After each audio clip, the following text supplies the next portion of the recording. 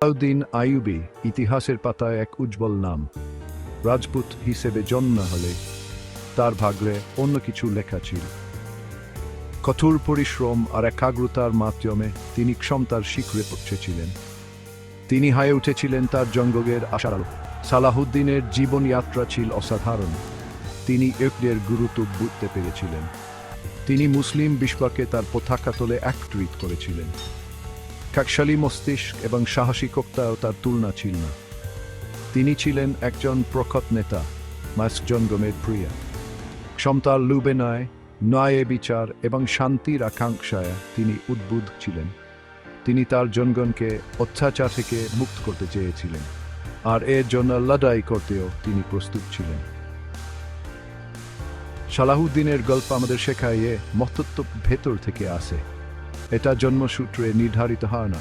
তার জীবন দৃঢ় সংকল্প এবং উন্নত হৃদয়ের শক্তির প্রমাণ। বিভিন্ন ধর্মের মানুষের কাছে বিদ্যুৎ এই শহরটি ছিল বুরুদ। তার ধর্মীয় বিশ্বাস এবং ন্যায় বিচারে বুধবারা পরিচালিত হয়ে সালাহুদ্দিন এটি পুনরুদ্ধারের শপথ নিয়েছিলেন।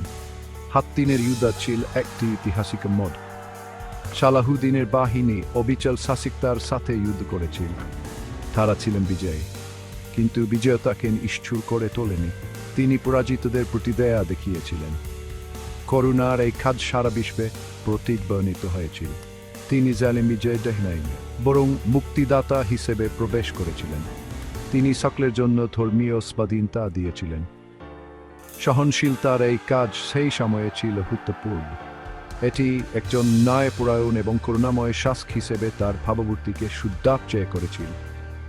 সালাহুদ্দিনের বিজয় কেবল একটি সামরিক বিজয় ছিল না, এটি ছিল ধার্মিকতার বিজয়। তার কর্মকাণ্ড আশার আলো হিসেবে কাজ করেছিল, প্রমাণ করেছিল যে অন্ধকার সময়েও জয় প্রতিষ্ঠিত হতে পারে। সালাহুদ্দিনের দা ছিল কিংবদন্তি তুল্য। জেরুজালেম বিজয়ের পর তিনি অনেক বন্দীকে মুক্তি দিয়েছিলেন, এমনকি তাদের বাড়ি ফেরার জন্য অর্থ সহায়তা করেছিলেন। দার এই কাজ তার শত্রুদের বিস্মিত করেছিল। তিনি বুঝতে পেরেছিলেন যে প্রকৃত শক্তি প্রতিশোধ নয়, ক্ষমায় নিহিত। তিনি নারী ও শিশুদের প্রতি সর্বোচ্চ সম্মান প্রদর্শন করেছিলেন। যুদ্ধের সময় এবং পরে তাদের নিরাপত্তা নিশ্চিত করেছিলেন। তার উদারতার অসংখ্য গল্প রয়েছে। একবার তিনি এক বন্দী নারীর সন্তানকে ফিরিয়ে দিয়েছিলেন। দার এই কাজ নারীর চোখে জল এনে দিয়েছিল। এটি বিশ্বকে নীতিবোধের প্রকৃত অর্থ দেখিয়েছিল। সালাহুদ্দিন ন্যায় বিচারে বিশ্বাসী ছিলেন, তবে দয়াতেও বিশ্বাসী ছিলেন। তার কর্মকাণ্ড প্রমাণ করে একজন তীব্রোদা এবং একজন করুণাময় মানুষ হওয়া সম্ভব। তার জীবন ক্ষমা এবং সহানুভূতির শক্তির প্রমাণ।